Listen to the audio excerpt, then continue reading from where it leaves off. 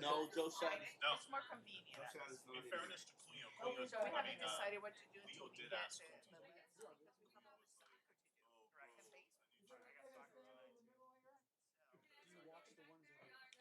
Mic check, 1 2 1 2 3. It's great to have everyone here. I like that I'm on my tiptoes, like I can't. Please don't stand in front of the camera in the back. Photog, you guys are good to sit right along there as long as you do not stand up.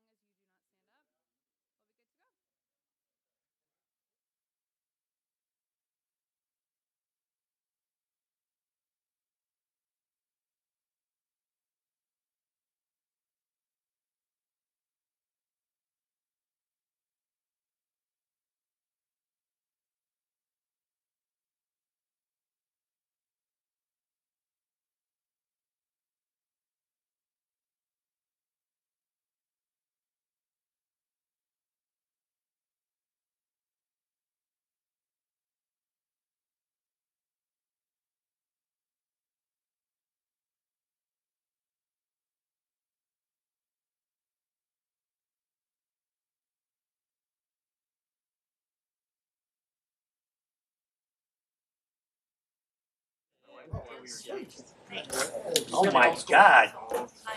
You're 1,800. Yeah, I have a joke for discussing. Do I? I haven't looked in the mirror in a while, so I think that's good. Been working. Wait, what do we do? Oh, okay, go on. No, This without Barry. We can't, I promise you. Some movement of silence. With Jalen Phillips and Bradley Chubb, how much participation are they doing in this stage of the OTA program, and do you expect them to be cleared for training camp? Yeah, both of them have basically made their off-season and in-season and how they approach their work. As a result, they're both able to, really participate in most things, most days, being cautious and, using the science on, their recovery. So someday, depends on what day you're out there. You'll probably see one, if not both. There will be a day or two where we're going to have to back off of that, but very happy with where they're at, and know that they're as excited as ever. I mean, they're the most excited practice players of all time right now. What about he's not? They're more excited than him. Whoever you're asking about, but and I think that it's a cool piece for our team to feel, because it's an authentic appreciation, and much like most people, most of us you don't always know exactly to the level of what you have until it's removed from you. So these guys are exemplifying what we're everything we're asking of players right now. How much are James Daniels and Austin Jackson doing? Well, Austin more. James is still working back, like where he's at in his recovery, and that process. And he's the biggest thing for him is he's been as active participator within the room and in the film room, knowing that he's he's new to the system and what we want to do and how we want to utilize his skill set. So Austin's surely further ahead, but James is doing well. Like, how is Tyreek doing in his recovery, and is he still on track to be ready for training camp at some point in training camp? Yeah, Tyreek's done a great job of, being proactive with when he got the surgery done, and then making sure that he is able to do as much as he can with the team, which has very much included his daily participation in how he attacks all of our strength program, all of, whether he's able to run routes and not block. Quarterbacks have gotten used to him getting routes run, and as we get his really train his way back into recovery of that hand, then he'll start catching the ball. But he's been participating above and beyond from whatever he can do. He has been doing. Is his race against Noah Lyles still a possibility for you? Just considering he's recovering from surgery. No, it's always. What? I have no idea, nor do I care.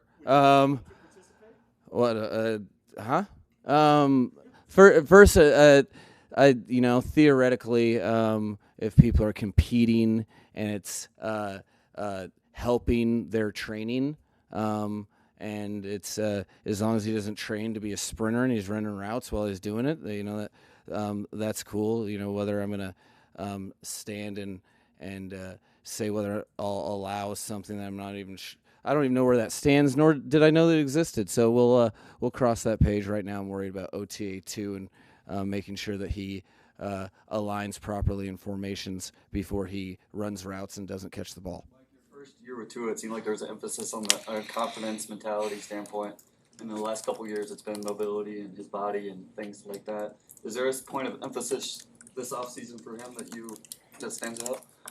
I think for Tua being in year 4 of the system, really going through the process and understanding, what his job is and how to excel at it, it's consistency of development for him. And, I think there was a lot of lessons learned, last year, in particular, on and off the field when he was playing and when he wasn't, how to do his job.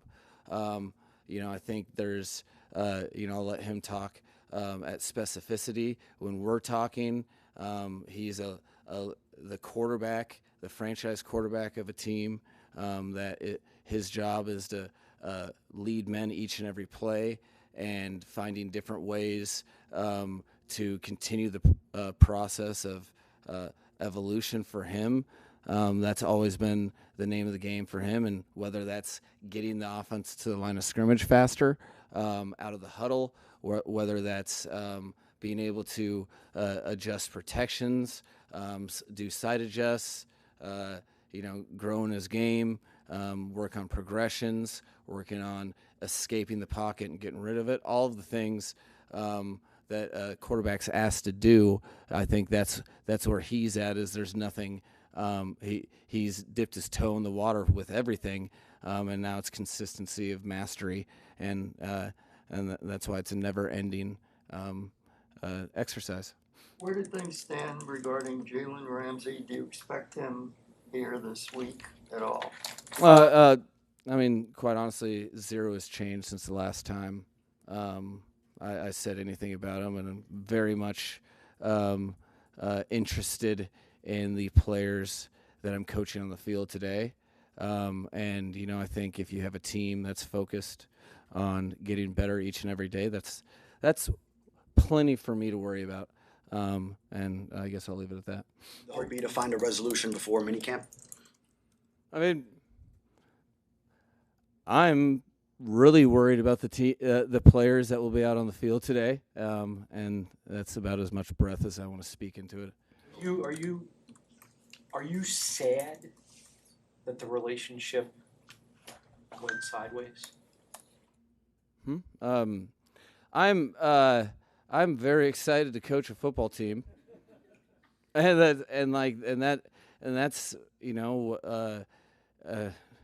not dismissing, but quite honestly, everything's an opportunity cost. So I think it is quite honestly irresponsible for me to put down some of the thoughts and focus on the players that we're working now to build a performance for the season, and concern myself with that. I think that's where I should be. I think so. Terron said shortly after he announced his retirement that coaching is something he wouldn't mind getting into. And we saw clips of him yesterday out here on the field. Have you guys had discussions about maybe him helping out or joining the coaching? No, that's a talented individual, Terron, that is also smart enough to know that he's going through an aggressive lifestyle change, and so in that, I think he's very, very much interested and has a passion for football. We had he's so invested in football that he retired and was still participating in a voluntary practice on the side. And I think he's going to, for me, all the guys are happy to see his investment. And he woke up hoping that his guys were getting the best out of today. And I think in that he's just gonna stay present as he spends time doing this, and I think options are open for him in the future, but I don't think he's nailed down exactly what he wants to do. Talented person problems. Coach, how have you seen Devon Achane's approach this offseason after shouldering such a significant workload last season? Well, I think being a professional football and ascending as a player, you understand that there's a lot of different layers to that and development in that. And, we've seen who appeared on the surface as a quiet kid from Texas as a rookie, find confidence, and I think in year and develop different ways that he can impact a game. Year 3, I see a guy that understands a broader picture of not only how to be successful independently, but your independent success is helped by the collective success. Understanding the type of player he is and competitor, you hear his voice on the field. The first person that pretty much any skill player has to answer to if they maybe drop something or get gloved when running a route. The first person they're gonna have to answer to is Devon, because he's gonna be quick trigger. And I think that competitiveness that he has naturally to him, and what I'm seeing day in, day out through the 5 weeks that we've been together for this off-season program, is a guy that wants to take his game to the next level by both his skills, but also by raising the level of his teammates and finding different ways to fulfill that role. That I see him as looking at himself as a leader in his own specific way. And what do leaders do? They bring it every day. You can't take days off as a leader, and I've seen him bring it absolutely every day he's been in the building. With Calais and Terron leaving, there was obviously that leadership void entering this offseason. Is that more of a common theme that you've seen guys like Devon step up and try to fill that void that's been left? Well, I think there's I think part of the reason, I think the greater population knows how big of leaders those players were is because we were obviously very aware and promoting that. When you had, the game is about transitioning and evolving, and, with 45% of the roster flipped across the league every year, you're solving different problems. Well, I think our vision of who we had on the roster, where they're at, being in the league for 20 years and seeing how the progression goes, seeing if there's guys that are ready to step up in the roles, and I know that because they're showing me daily, and the way you do that is by really attacking the day in both how you approach your job, but how you approach your teammates, and how they can count on you, and what you can get out of them. All of those things are evolving processes that I take. For instance, a guy that was on a team that I was on in I think the early 2020s or late teens, Fred Warner. If you would have asked what type of leader Fred Warner was as a rookie, it's you'd have he's a good leader. He knows what he's doing. Now year 2 or year 3, playing with Quan Alexander and finding his voice, very much different leader. So you allow people to fill those voids authentically, but we very much went into this off season feeling confident that there was numerous players ready to fill that vacuum, because that's seeing that their opportunity on the team is more than just playing, but also their roles in the locker room and how we are bonded together as a team. Mike, given some of the concerns that were expressed by players at the end of last season about the culture, I guess similar to that last question, what have you seen in the early offseason program that's shown you that guys are making an effort to change that? Are you seeing more players like in the building, early offseason program? Like, what have you seen that shows you?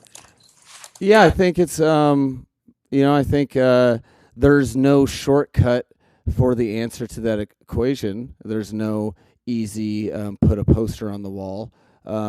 You have a team, this 2025 team I've been with for 5 weeks, and with their daily investment across the board, with the attendance and the vigor that we go about each and everything. I can tell where their minds are at. And you don't fix something by bitching about it and complaining about it. You fix stuff with action. So every day I'm motivated for the team to tell me who they want to be. And as we're standing 5 weeks in, I'm happy with today, knowing that today is not our ultimate vision for where we're going. So we better press forward to put ourselves in a position to get better today into tomorrow. And you just chop wood like that. Your culture is defined by the people within it and how you execute your daily habits. And so the tonality of the focus of the team has been clear to me thus far, and we'll see how it goes today and through the week. Like entering year 4 with Tua, it seems like every offseason there's been maybe a general theme point for him. I think last year more mobility, the year before may have been size and durability. Is there a common theme this year that you guys centered on? Let's work on this primarily in the offseason. No, I think there's specific things that Tua challenges himself as a competitor to work on, and there's things that from an overall tonality of coaching what I want to see from his game, and those sometimes overlaps, sometimes don't. On top of the things that he likes to do to have ownership of his game, which is, it seems to be something extra and unique and very, very I don't know. It's a residual win for the Dolphins, how he's self-motivated, and it's pretty clear in season 4, the expectation of having mastery in everything, and from both him and the coaching staff, gives you daily opportunity to prove consistency. So we already know he can do a lot of things throwing the football, but we're working on the craft of being a quarterback each and every play, and continuing that process of development so that he continues to be on the field a better version of himself than he was the year previous. At this point, in year 4 in the system, I think everything's on the radar for me, and we're coaching a lot of things about his technique and fundamentals, as well as how to be a quarterback of of a franchise in the appropriate fashion, which he loves attacking, which is why each and every time he's out on the field, he's finding a way to get better simply by how he attacks it, regardless of whether the result was on the field in that moment, touchdown or pick. He's utilizing that rep, and that's what I'm asking of him this offseason, because that focus for a quarterback is the hardest thing to develop. You touch the ball every play. There's 1,000 snaps a season, and to be responsible with all of those is a tough endeavor that he's excited to continue to chop wood at.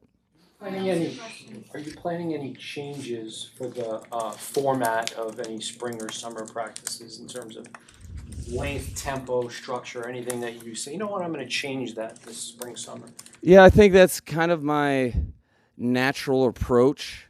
As I see myself, I'm in charge of solving problems. So there's a natural adjustment to your team, to the point that I think it's pretty much the same up to this point. But I know week 2 there's subtle changes.